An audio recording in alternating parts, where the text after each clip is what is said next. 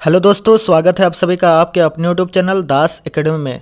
तो दोस्तों, आज से हम लोग जो आपका आरआरबी एनटीपीसी और ग्रुप डी का जो एग्ज़ाम होने वाला उसके लिए हम लोग प्रैक्टिस सेट करेंगे। रेगुलर आपको ये वीडियो आपको रोज़ 7 बजे आपको शाम को मिल जाएगी, जिसमें आपका जीके जीएस और जीए के रिलेटेड कुछ महत्वपूर्ण क्वेश्चन होंगे। और ये जो क्वेश्चन लिया गया ये आपका प्रीवियस ईयर से लिया गया है। तो चलिए हम लोग स्टार्ट करते हैं। तो सभी से रिक्वेस्ट है कि अगर आप हमारे चैनल पे नए विजिट करें तो चैनल को सब्सक्राइब कर ले और उसके बगल वाले नोटिफिकेशन बेल को भी ज़रूर दबाएं। और जो पहले से जुड़े हुए हैं वो हमारे साथ बने रहिए, क्योंकि आपको हमेशा रेगुलर वीडियो प्रोवाइड की जाएगी आपको रोज़ 7 बजे। ठीक है, तो चलिए हम लोग आज का सेशन स्टार्ट करते हैं। और आपको लास्ट में एक क्वेश्चन पूछा जाएगा, उसको आपको कमेंट में आंसर बताना है। और आपको इस पे जो आपका टोटल जितना क्वेश्चन पूछा जाएगा उसमें आपका कितना बन रहा है इसका भी आपको कमेंट में बताना है कि मेरे इतने क्वेश्चन बने हैं। मान लीजिए आपका 20 में अगर मान लीजिए आपका 4 बना है तो आपको बताना है 20/4। ठीक है, तो इस तरह आपको बताना है। तो देखिए, सबसे पहले हमारा क्वेश्चन है कि वस्तु को गर्म करने पर उसके अणुओं में क्या होती है। ठीक है, जब वस्तु को कोई वस्तु को गर्म किया जाता है तो उसका अणुओं में क्या प्रभाव पड़ता है। तो इसका राइट आंसर हमारा क्या हो जाएगा, ऑप्शन ए, उसकी चाल बढ़ जाएगी। जब कोई वस्तु को हम लोग गर्म करते हैं तो उसका चाल में वृद्धि हो जाती है। जो उसका अणु होता है, जो कोई भी एटम होता है ना, कोई भी वस्तु में जो उसका एटम होता है उसका जो गति है वो बढ़ जाता है। ठीक है, तो इसका राइट आंसर हमारा ऑप्शन ए सही हो जाएगा, उसका चाल बढ़ जाती है। नेक्स्ट क्वेश्चन है, निम्नलिखित में कौन सा ऊष्मा का यूनिट है। ठीक है, आपको ऊष्मा का यूनिट पूछा है यहाँ पर, तो ऊष्मा का यूनिट आप सभी को पता होना चाहिए। तो ऊष्मा का यूनिट क्या है ये आपका सबका आना चाहिए, सबको आना चाहिए। ठीक है, ये आपका ऑप्शन ए सही हो जाएगा, जूल। तो ऊष्मा का यूनिट क्या है, जूल है। नेक्स्ट है, ताप का एसआई मात्रक क्या होता है। जो आपका ताप होता है, टेम्परेचर, उसका एसआई मात्रक क्या होता है। तो जो टेम्परेचर है उसका एसआई मात्रक आपका केल्विन होता है। तो इसका ऑप्शन ए सही हो जाएगा। ठीक है, तो ताप का एसआई मात्रक क्या होता है, केल्विन। उसको हम लोग सूचित कैसे करते हैं, तो उसको हम लोग कैसे सूचित करते हैं। ठीक है, नेक्स्ट क्वेश्चन है, बर्फ पर दाब बढ़ाने पर उसका गलनांक पर क्या प्रभाव पड़ेगा। जब बर्फ पर हम लोग दाब बढ़ाते हैं तो उसका गलनांक पर क्या प्रभाव पड़ेगा। तो इसका आपको राइट आंसर बताना है। ठीक है, तो उसका क्या प्रभाव पड़ेगा, तो उसका जो दाब है वो आपका जो गलनांक है वो घट जाएगा। जब हम लोग दाब बढ़ाएंगे तो उसका गलनांक घट जाएगा। नेक्स्ट क्वेश्चन है, सूर्य का ताप मापा जाता है। जो सूर्य का ताप होता है वो किसके द्वारा मापा जाता है। इसका आपको राइट आंसर बताना है। तो जो सूर्य का ताप है उसको पायरोमीटर के द्वारा मापा जाता है। ठीक है, जो सूर्य का ताप है उसको पायरोमीटर के द्वारा मापा जाता है। तो इसका राइट आंसर आपका ऑप्शन सी सही हो जाएगा, पायरोमीटर के द्वारा। नेक्स्ट क्वेश्चन है, चंद्रगुप्त मौर्य का निधन इनमें से किस स्थान पर हुआ था। चंद्रगुप्त मौर्य का निधन इनमें से किस स्थान पर हुआ था। तो इसका राइट आंसर हमारा क्या हो जाएगा, श्रवणबेलगोला, कर्नाटक में। ठीक है, यहाँ पर इसका जो चंद्रगुप्त मौर्य है उनका निधन हुआ था, कहाँ पर हुआ था, तो ऑप्शन बी सही हो जाएगा, श्रवणबेलगोला, कर्नाटक। और ये जो चंद्रगुप्त थे ये मौर्य राजवंश के संस्थापक थे, ये आपको याद रखना है। नेक्स्ट क्वेश्चन है, लिप्पा असरंग वन्यजीव अभयारण्य कहाँ स्थित है। ठीक है, लिप्पा असरंग वन्यजीव अभयारण्य कहाँ पर स्थित है। तो ये कहाँ पर स्थित है, तो इसका ऑप्शन ए सही हो जाएगा, हिमाचल प्रदेश। ठीक है, तो हिमाचल प्रदेश में ये स्थित है। अगर आपको पीडीएफ चाहिए तो आपको डिस्क्रिप्शन में आपको लिंक मिल जाएगा, वहाँ से आप हमारे टेलीग्राम में जुड़ सकते हैं और वहाँ से आपको जो पीडीएफ है वो मिल जाएगी। और वहाँ पर आपको ढेर सारा स्टडी मटेरियल प्रोवाइड की जाती है रोज़।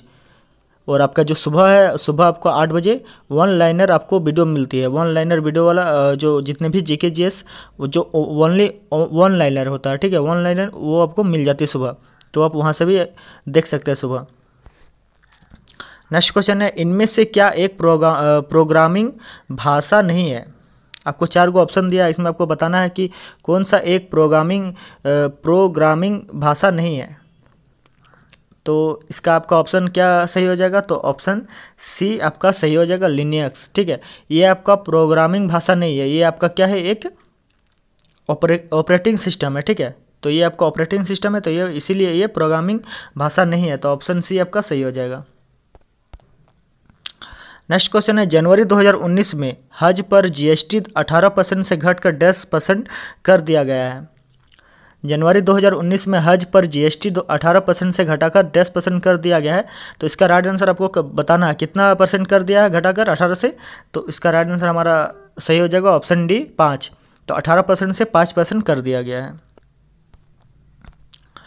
नेक्स्ट क्वेश्चन है, फ्रांसीसियों ने अपना पहला कारखाना सूरत में और दूसरा कारखाना डैश में स्थापित किया। तो दूसरा कारखाना कब स्थापित, कहाँ पर स्थापित किया? तो वो आपका मसूलीपट्टनम में, ठीक है। जो दूसरा कारखाना है आपका मसूलीपट्टनम में स्थापित किया। और कब किया? तो ये आपका 1669 आपका 69 में, ठीक है। 1669 में 69 में आपका ये किया था। नेक्स्ट क्वेश्चन है, न्यूटन के गति का दूसरा नियम हमें क्या का परिणाम देता है? जो न्यूटन का गति का दूसरा नियम होता है हमें डैश का परिणाम देता है। तो वो कौन सा फिजिकल क्वांटिटी का परिणाम देता है? तो वो आपका ऑप्शन बी सही हो जाएगा, बल। तो ये बल का परिमाण देता है, ठीक है। नेक्स्ट क्वेश्चन है, विश्व वेटलैंड्स दिवस कब मनाया जाता है? जब आपको वेटलैंड्स दिवस होता है वो आपका कब मनाया जाता है? विश्व वेटलैंड दिवस। तो ये आपका ऑप्शन बी सही हो जाएगा, 2 फरवरी को विश्व वेटलैंड दिवस मनाया जाता है। नेक्स्ट क्वेश्चन है, डैश को 2019 के लिए गोल्डन ग्लोब अवार्ड्स में सर्वश्रेष्ठ सहायक अभिनेता का पुरस्कार मिला। तो किसको मिला था 2019 में? तो वो आपका सही आंसर क्या हो जाएगा? ऑप्शन बी महरशला अली, ठीक है। इन्हीं को आपका सर्वश्रेष्ठ सहायक अभिनेता का पुरस्कार मिला था गोल्डन ग्लोब अवार्ड्स में, ठीक है। नेक्स्ट क्वेश्चन है, मैक नंबर निम्नलिखित में से किसका माप है? जो मैक नंबर होता है वो निम्नलिखित में किसका माप है? तो देखिए आपका राइट आंसर क्या हो जाएगा? ऑप्शन ए गति। तो गति को ही मैक नंबर से हम लोग मापते हैं और ये ध्वनि में यूज किया जाता है। नेक्स्ट क्वेश्चन है, निम्नलिखित में से सबसे मुख्य श्वसन पदार्थ कौन सा है? आपको सबसे मुख्य श्वसन पदार्थ का आपको नाम बताना है। तो इसका राइट आंसर क्या हो जाएगा? तो इसका राइट आंसर हमारा ऑप्शन ए सही हो जाएगा, शर्करा। जो शर्करा होता है सबसे मुख्य श्वसन पदार्थ होता है। नेक्स्ट क्वेश्चन है, प्रोटोप्लाज्मा शब्द का प्रयोग सर्वप्रथम किसने किया था? तो प्रोटोप्लाज्मा शब्द का सर्वप्रथम प्रयोग किसने किया था? तो उसका राइट आंसर आपका क्या हो जाएगा? ऑप्शन डी पुरकाइन के द्वारा। नेक्स्ट क्वेश्चन है, आर्द्रता की माप किस उपकरण के जरिए की जाती है? जो आपका आर्द्रता होता है उसका माप किस उपकरण के जरिए की जाती है? तो इसका राइट आंसर हमारा क्या हो जाएगा? ऑप्शन बी हाइग्रोमीटर, ठीक है। ये आपको याद रखना है। और थर्मामीटर से हम लोग ताप मापते हैं, ये आपको याद रखना है। नेक्स्ट क्वेश्चन है, कोबाल्ट डैश का एक घटक है। इसमें से विटामिन दिया गया है, कुछ विटामिन, उसमें से बताना है कि कोबाल्ट किसका एक घटक है। तो इसका राइट आंसर हमारा क्या हो जाएगा? ऑप्शन डी विटामिन B12, ठीक है। ये आपका B12 विटामिन B12 का एक घटक है कोबाल्ट। नेक्स्ट क्वेश्चन है, प्रकाश वर्ष किसका मात्रक होता है? जो प्रकाश वर्ष होता है वो किसका मात्रक होता है? तो हम लोग दूरी को प्रकाश वर्ष में मापते हैं, ठीक है। तो प्रकाश वर्ष एक दूरी का मात्रक होता है, ये आपको याद रखना है।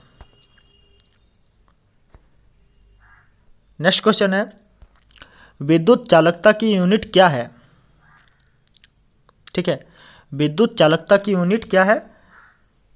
तो विद्युत चालकता की जो यूनिट होती है वो आपका ऑप्शन ए सही हो जाएगा, महो, ठीक है। तो विद्युत चालकता की यूनिट क्या होता है? महो होता है। नेक्स्ट क्वेश्चन है, और ये क्वेश्चन आपका क्वेश्चन ऑफ द डे है, ठीक है। आपको ये इसका आंसर आपको कमेंट बॉक्स में बताना है कि बस में ड्राइवर के पास लगा दर्पण होता है। जो बस में ड्राइवर के पास एक दर्पण लगा होता है वो कौन सा दर्पण होता है? उत्तल दर्पण, सामान्य दर्पण, अवतल दर्पण या कैमरा। ये आपको चारों ऑप्शन दिया गया है, इसमें एक ऑप्शन सही है, उसको आपको कमेंट बॉक्स में बताना है। तो आज के सेशन में हम लोग इतना ही करेंगे। अब कल हम लोग फिर से प्रैक्टिस सेट करेंगे। ये आपका पहला क्लास था और फिर मिलते हैं कल। तब तक के लिए धन्यवाद। और अगर वीडियो पसंद आए तो वीडियो लाइक कीजिए ज़रूर और अपने दोस्तों के साथ शेयर भी कीजिए। Thank you.